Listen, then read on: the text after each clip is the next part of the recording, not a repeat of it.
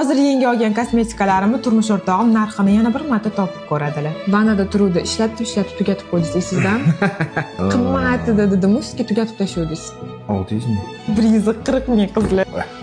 Arzon ekan u. Arzon emas o'zi. Men arzon magazin topdim. Qaranglar, men bu saytda Insofli yo'li necha pulga sotib oldim. Bitta emas, ikkita maskalab oldim filmdan. Diyara maqtaganlari uchun hech ishlatib ko'rmagandim. Men ham endi Maris pastasini ishlatib ko'raman deb oldim. Necha pul deb o'ylaysiz? Hozir hamma reklama qilib yotibdi Marisni. 250 ming tursa kerak. Da, o'zi hamma yoqda 200 mingdan qimmat qizlar, lekin men 150 mingga oldim.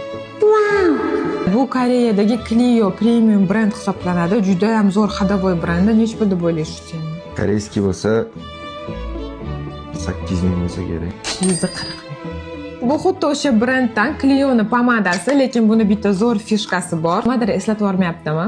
Dior bleskiga o'xshaydi. Necha pul deb o'ylaysiz? 300 ming tursa kerak. 110 ming.